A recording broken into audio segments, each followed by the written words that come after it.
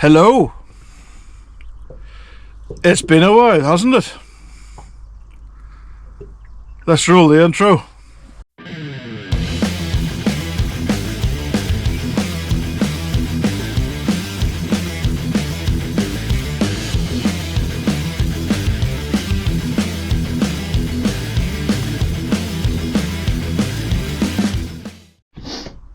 So what's happened since the last time you seen me? Well, I have been learning how to boat.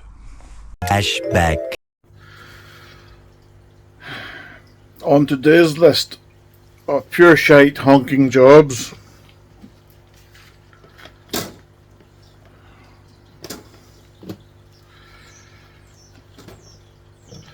my trailer light board had about 8 foot to 10 foot of extra wire, so I've chopped off the 8 foot of extra wire. I'm going to shorten it down so I don't have 8 foot of extra wire fucking wrapped around everywhere, and I'm going to put one of these metal trailing boys on and hopefully make a better job of what come of this here. So yeah, these just press together, so you should be able to just unclip them. Just unscrew the bottom, slide it out of the way, unclip, and there you go. I'm going to bin this because I don't really need it. But before I bin this, I am going to make sure that the wires that I'm going to be putting onto the new plug are still on this, so I kind of know where to go, so don't fuck the thing up. So I'm going to have to take this one apart. This one is screwed together, so already it's a bit more tough because it's screws and metal instead of plastic. That's crap. Take off rubber boot.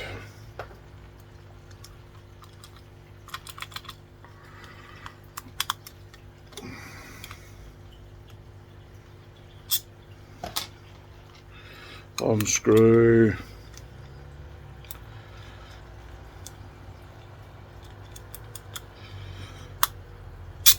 Unscrew. Separate.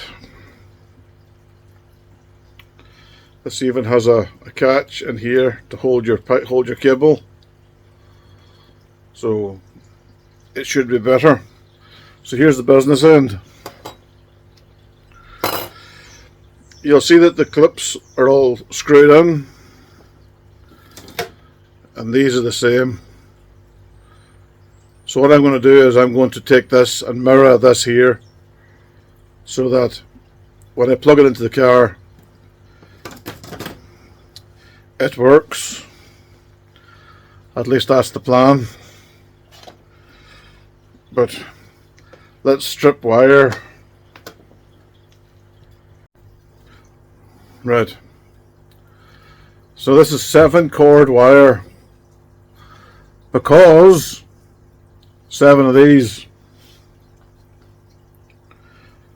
Now let's start with the black wire, because it goes into the middle. As you can see here, the black wire here goes into the center. So let's put the black wire in. But here's a trick. One of these wire pinchers are a great job. You just want to pinch about 15 mils of wire.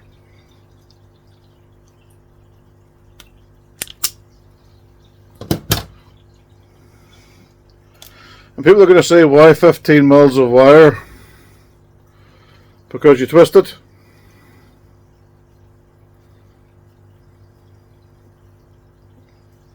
Like so.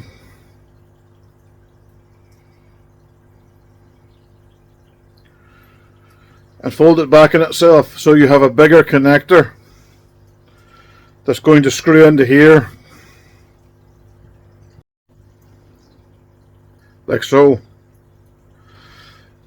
You could, once you've twisted the wires and bent them over, you could tin them, where you dip them into like a pot of hot tin. I'm not going to do that because I don't have any hot tin, and this is good enough. So now I'm going to take the rest of these wires and plug them into their appropriate holes. I might have to do a click for this. Now they are all wired into their appropriate slots, and the little clamp that holds them in, that is now on. Now all that's left to do is attach the other end, slung up the boot, and then we go and test it in the van to see if it's all working. And there we go. 7 plug fitted. Before I screwed it all down on the inside, I put a healthy big bead of silicone. Not sure that it was really necessary, but it's in there anyway. So let's put it on the van and let's see if we've got everything working. This is the exciting bit.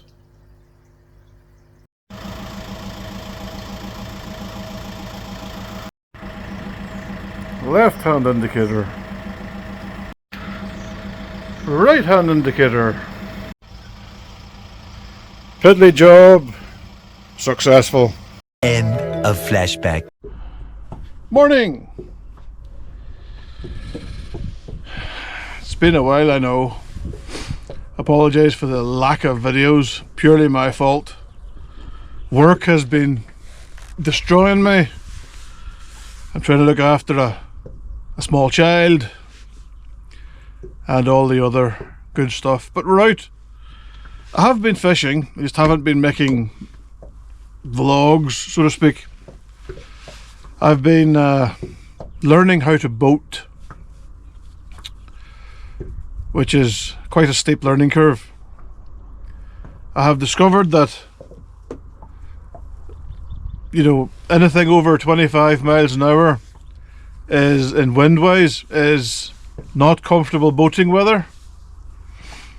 We had storm, whatever the fuck its name was, that we had 100 mile an hour winds, first time in Northern Irish history, I think.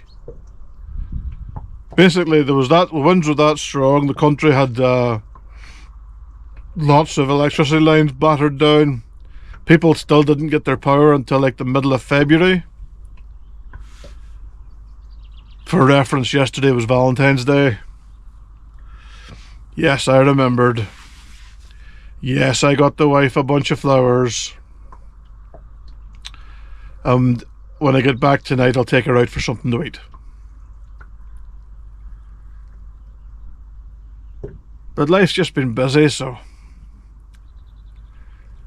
there has been some negatives. Last time I was out, I found out that there was a rather large sewage discharge into the river. That's lovely when you're in a boat and you get this acrid dead animal smell, and you look over onto the one side and it's normal river, and you look over the other side and it is grey water with chunks. So no, that wasn't fun. It even made it into the newspapers. The local rag reported about a massive sewage dump into the River Erne. It's just one of many. There's an estimated 250,000 tonnes of raw sewage dumped into the Erne system annually. That makes me wonder why these people go paddleboarding and swimming in the Erne. I wouldn't even let my dog swim in it. So, I have 4 rods out, 2 on the bottom, 2 just roaming on down the river in the current. I'm parked up out of the flow, and I'm fishing into one of the deeper holes. There's a big shoal of fish. I kind of came over it, so I've come over it, anchored above it, and now I'm going to fish here for about half an hour, 45 minutes, and then maybe pull the anchor and move on down the river. Great thing about being in the boat is it's mobile. I just need the pike to play ball, because it has been it's been a crap winter. I've had nothing but jacks. The biggest fish I've had this winter is a low double. That's it. Somebody made a comment on my Facebook page that I used to catch more fishing out the back of my van. That's true. I used to get more fishing out the back of my van. Oh, the simpler times. Anyway, let's let these baits soak a bit. I'm going to get a cup of tea, and then we're going to see what turns up. 1 hour later.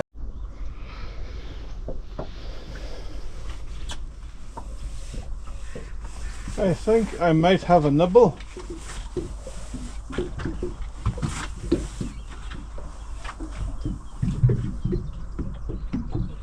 I'm just watching this rod. Every now and then it just nips like out there, but the float doesn't go down.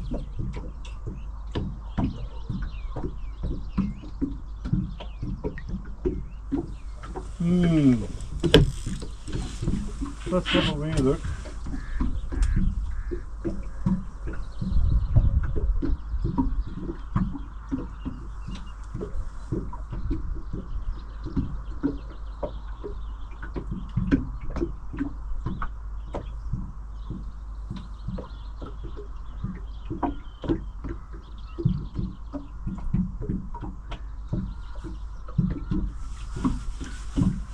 Just let that one sit for a while. I didn't feel anything.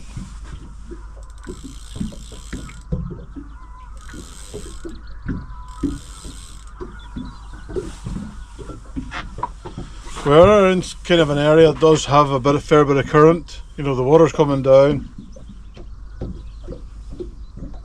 So the water does get kind of pushed into that. If you can see that white sign in the background, the water is basically heading directly for that. So what I've done is I've got two baits in the slack water and two baits suspended in the flow.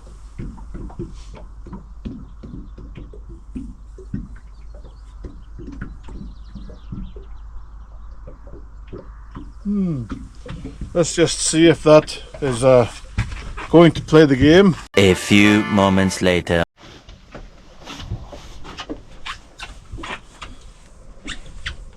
Position number 2. A big deep hole here. It goes down to 7.5 meters, and it's alive with silverfish. So I'm fishing some baits on the ledge before it drops off, and I'm fishing some baits kind of floating through in the current.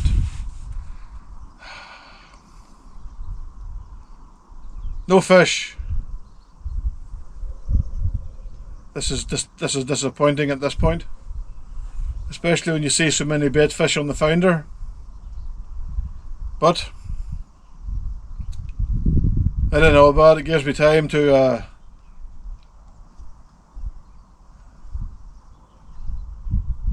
give me time to sit back and relax, which is why we go fishing, besides to catch fish.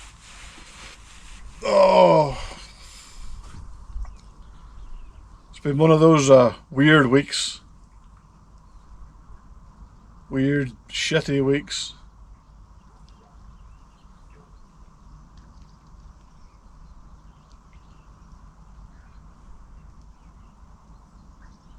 One of my friends on Facebook,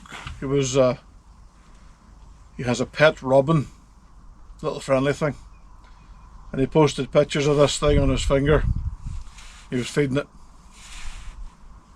and somebody put up a poem about like a robin's a loved one from the past coming to visit you and blah blah blah. I'm not really religious.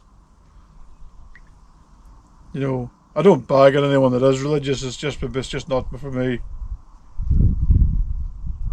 But it was a nice thought, you know. That reminded me when I was launching the boat, there was a little robin bouncing about, little happy thing. I gave him a handful of maggots, and you'd have thought it was Christmas for the little bugger.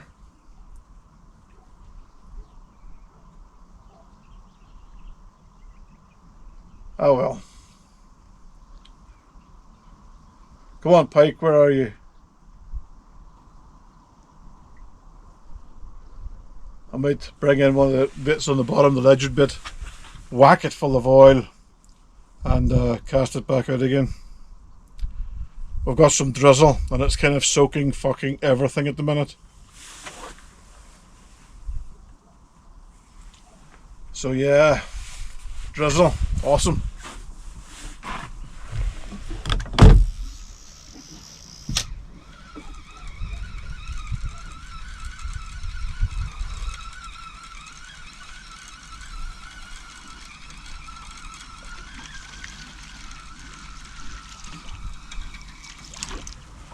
While I'm here, I'll show you the ledgering rig.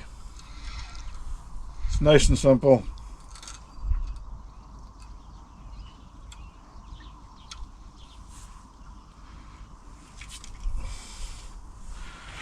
Here we have a 2-ounce lead that's on a quick release little plastic clip from Enterprise Tackle. It's up trace basically, because in the river these might float up, and if it floats up you're still basically wanting enough up trace so that this is going to be hard to show you, but here we go, so that there's enough up trace that the bait doesn't get tangled in it, and if the pike does take it, there's wire in its teeth.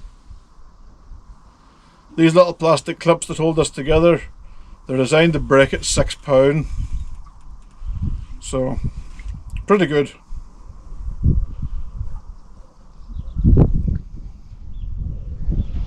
I'm going to retire Mr. Sardine and throw out Mr. Dyed Red Mackerel.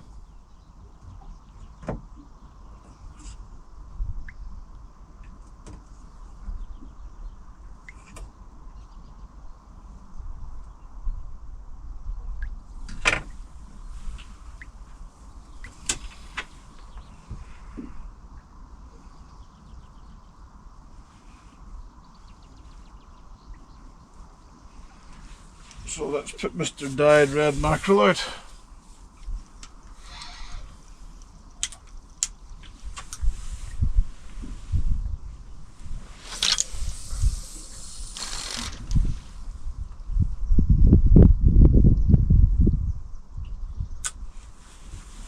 Get a nice big slick going down the river. Oh.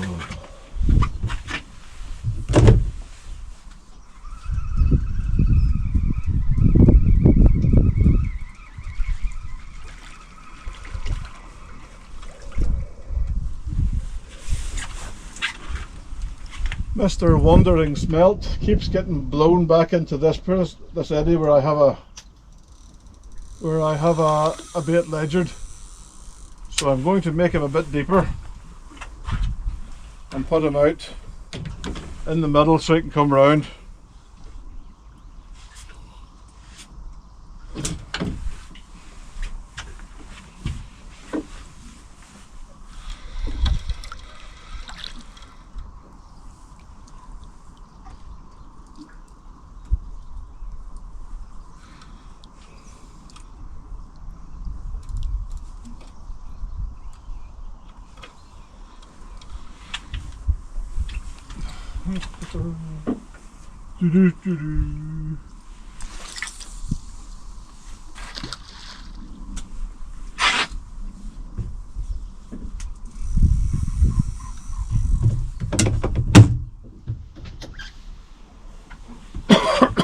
Oh. 20 minutes later. Not a blank. In the space of about 5 minutes I had 2 small jacks, about £5 each. It was good because I didn't even get them into the landing net. I just kind of got them to the side of the boat and let them shake off.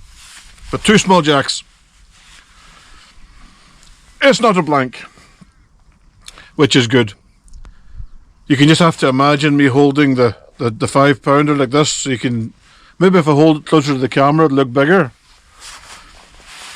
Like one of some of the photographs you see, or the lure bods that catch the pike, unhook the pike, take a picture of the pike, but then clip the lure in the side of the mouth as if to say, look at this monster I have just caught on this lure. I don't understand why they do that.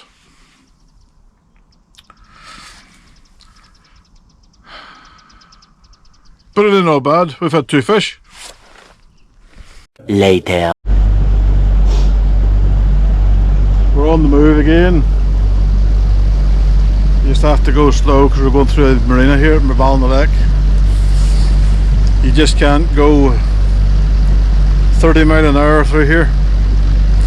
People get emotional.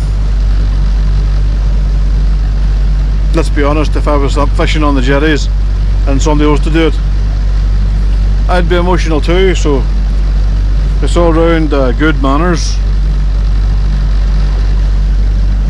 Not that many fish showing up here in the fish finder. 4 meters, 4.5 meters deep. Nothing really showing up. A few fish. Nothing really serious, no big fish.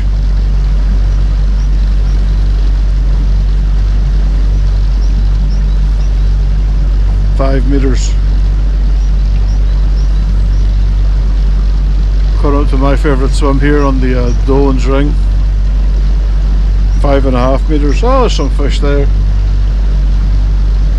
Not very many, but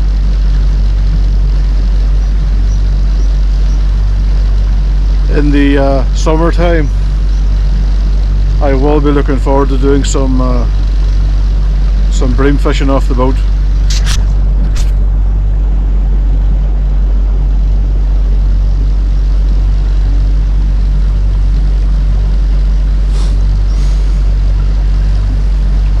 Meters. That's deep enough, I suppose. I mean, between 5, 5.5 and 4. I always found this place fish better when there was a little bit of a flow pushing through it.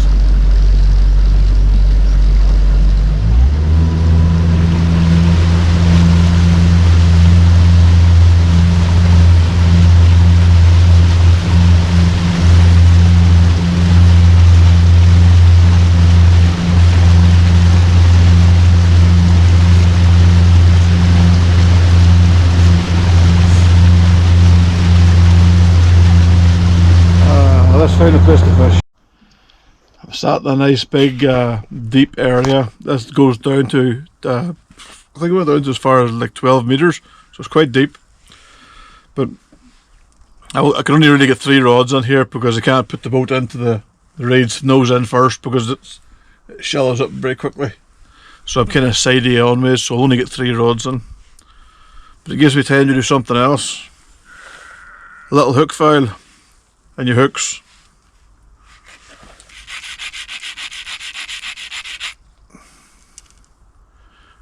You want your hooks to be sharp.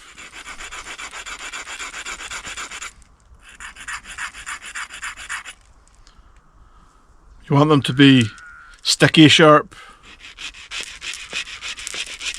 so that once they're in the pike's mouth, they're not coming out. This is why I like I do like hooks. Like I do like owners. I've used owners for a long time. I'm quite liking the BKK spears. They're another nice sharp hook. But usually I'm using owners. I get them from Eddie Turner.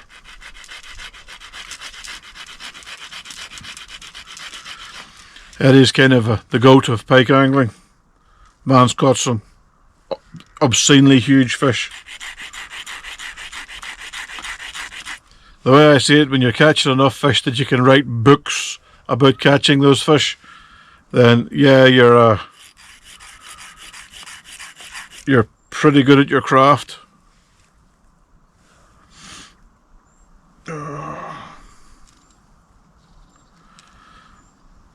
I was out on the big lock, the lower lock as it's called, and I'm going to show you a little clip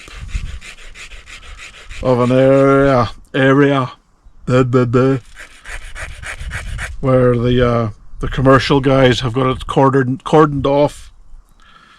That's where they have their nets. They don't just net the fish and kill them. They net them and then put them into like allegedly put them into like a plastic tube. So when it comes to the time of the week where they can be took away to the market, they're still alive and you don't have to freeze them. That saves them money on the old freezer bills. Flashback. This is why you're not catching big pike anymore. Commercial netting across the whole bay. End of flashback. I think commercial fishing on freshwater is something from the Dark Ages. Don't think it's something we should be doing anymore.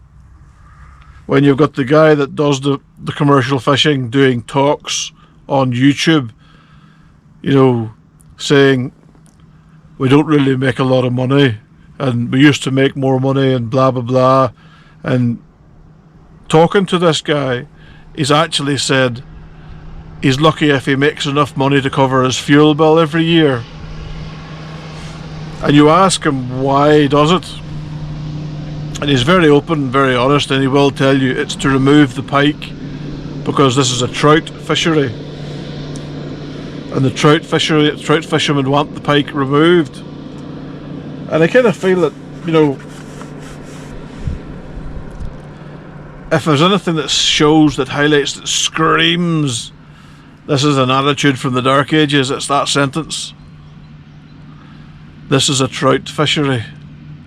Even Deera's own words, the Erne system is a mixed fishery. It hasn't been a salmon fishery in a generation because of the Ballyshannon weir killing all the salmon. You know, I'd see the point if there was no weir there and we actually had a salmon run. But then he talked about when they used to fish for the salmon. There was like 60 families that thrived off that. So it kind of shows you how much fish would have been in the system. If 60 families could make a living on netting the fish. Oh, magic, here comes the jet skis. Yay!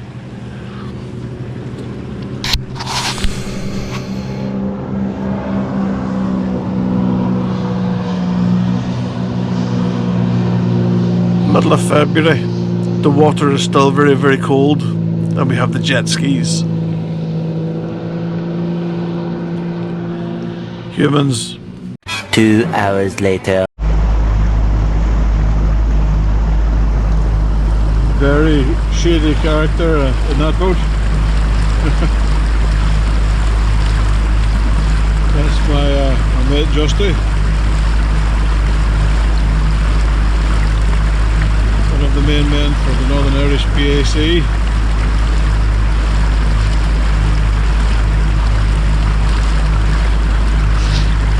One hour later. Well, I think that's it, time to go. Could only really do a half day today. Valentine's weekend, had to take the wife out. There will be more regular content. There will actually be pictures of me holding up fish.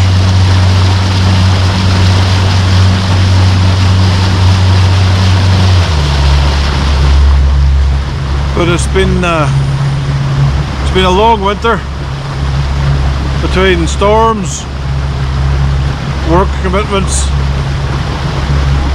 Trying to find time to do videos for you guys wasn't easy. So I apologise for the lack of content. Thanks for sticking with me. and I'll see you on the next one.